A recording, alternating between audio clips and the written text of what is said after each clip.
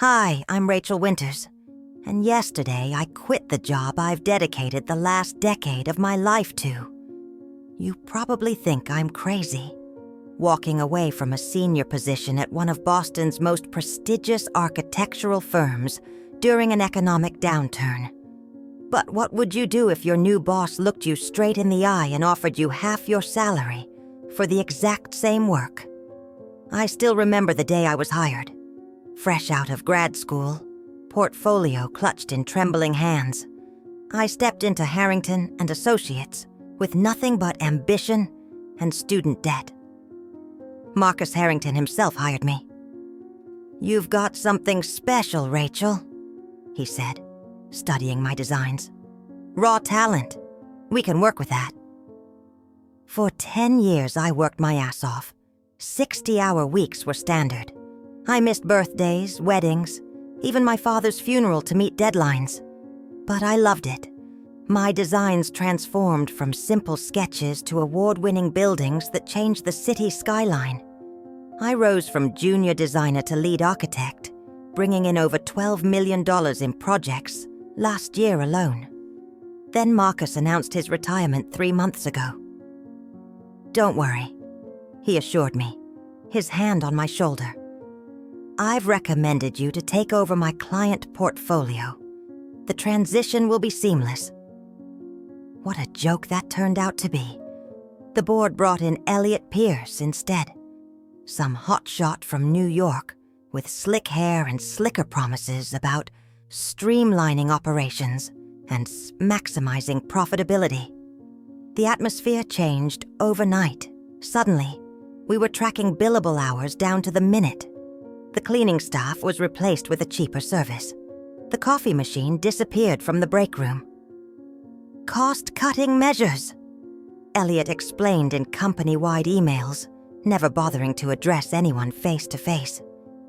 Still, I kept my head down and focused on my projects. Until yesterday, when Elliot finally called me into his office. I expected to discuss the Johnson Tower project, my biggest to date, a sustainable mixed-use building that had just received preliminary approval from the City Planning Commission. Instead, I found Elliot reviewing a spreadsheet, not even looking up when I entered. "Rachel, good. Have a seat." He gestured vaguely toward the chair across from him, the same chair where I'd sat countless times with Marcus, brainstorming innovative solutions to design challenges.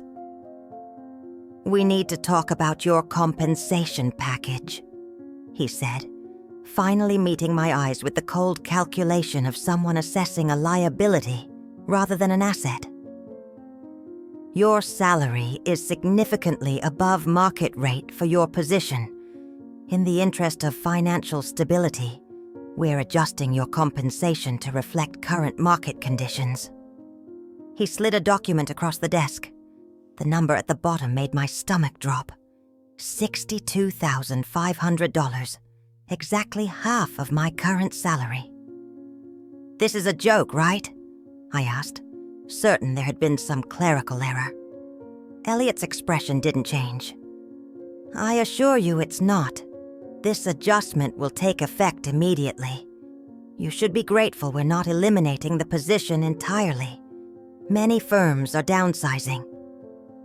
"I brought in over $12 million in projects last year," I said, my voice surprisingly steady despite the rage building inside me. "I have relationships with our top clients going back years. This isn't a market adjustment. This is exploitation." He shrugged. "That's your perspective. The reality is that there are hungry young architects who would take this position for even less. Your experience is valuable, but not irreplaceable." Something inside me snapped. 10 years of sacrifices, of missed family events, of pouring my heart and soul into this company, reduced to a replaceable cog in Elliot's profit machine. I stood up, leaving the insulting contract untouched on his desk. "You know what, Elliot? You're absolutely right about one thing. I am irreplaceable. just not to this firm anymore. I walked out of his office, straight to my desk, and began packing my personal items. My colleagues watched in stunned silence as I filled a cardboard box with a decade's worth of memories. My first design award, photos of project completions, the fountain pen Marcus had given me when I was promoted to lead architect. As I reached the elevator, my phone buzzed. A text from David Chen, my biggest client. "Rachel, just heard rumors. Call me immediately." I stepped into the elevator, my box of belongings in hand, wondering what the hell I was going to do next. 3 days after walking out of Harrington and Associates, I was sitting in my apartment surrounded by job listings and half-empty takeout containers. My savings would cover expenses for about 4 months, 6 if I got really frugal. The market was tight, and despite my portfolio, interviews weren't exactly pouring in.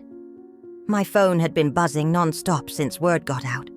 Colleagues expressing shock, a few headhunters making vague promises, and David Chen, who'd left 7 messages I hadn't returned. David was my biggest client, the developer behind the Johnson Tower project, a $30 million venture that was supposed to be my career masterpiece. I couldn't face telling him I'd abandoned the project. But on the 4th day, my doorbell rang. There stood David, impeccably dressed as always, holding 2 cups of coffee. "You look terrible," he said matter-of-factly, handing me a cup. "And you're ignoring my calls." I stepped aside to let him in, embarrassed by both my appearance and the state of my apartment. "I didn't know what to say," I admitted, clearing takeout containers from the coffee table. "The Johnson Tower is—" "Not my concern right now," he interrupted, sitting down. "You are." I blinked in confusion. "Rachel, I've worked with you for 7 years. Do you really think I give a damn about the building when the architect I trust is being treated like garbage?" The unexpected compassion broke something inside me. For the first time since walking out, I cried. Ugly, heaving sobs that came from someplace deep and wounded. David waited patiently until I collected myself. "I heard what happened," he said. "Elliot Pierce has quite the reputation in New York. This isn't his first corporate gutting." I wiped my eyes. "What about the project? What about it? I contracted with you, not the firm. Your vision, your expertise." "But the contracts are with Harrington and Associates, yes. But there's nothing preventing me from pulling the project and taking it elsewhere." His eyes gleamed. "Or better yet, somewhere new entirely." He pulled out a folder and placed it on the coffee table. "What's this?" I asked. "Articles of incorporation for Chen Winters Architecture. 51-49 split, my investment capital, your expertise." I stared at him, certain I'd misheard. "You want to start a firm? With me?" "I want to invest in excellence," he corrected. "And I'm not the only one. I've spoken with Westbrook Developments and the Saunders Foundation. They're prepared to move their projects to us if you're on board." My mind raced. Those accounts, combined with the Johnson Tower, represented over $45 million in projects. "Why would you take this risk? Elliot would work with you." David's expression hardened. "I don't work with people who don't value excellence. Simple as that." He leaned forward. "Elliot Pierce sees people as expenses to be minimized. I see talent as assets to be cultivated. Which philosophy do you think builds better buildings?" The next few hours were a blur of possibility. By evening, I'd signed the papers. 2 weeks later, Chen Winters Architecture opened its doors in a small but stylish office space in the Innovation District.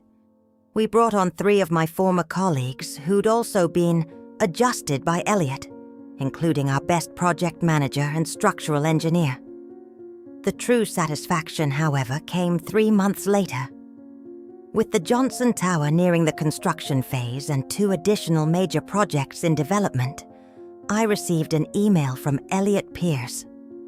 Rachel, hoping we can discuss your return to H&A, willing to reconsider previous terms. Call at your convenience. I showed it to David during our weekly strategy meeting. He laughed so hard he nearly choked on his coffee. "Are you going to respond?" he asked when he recovered.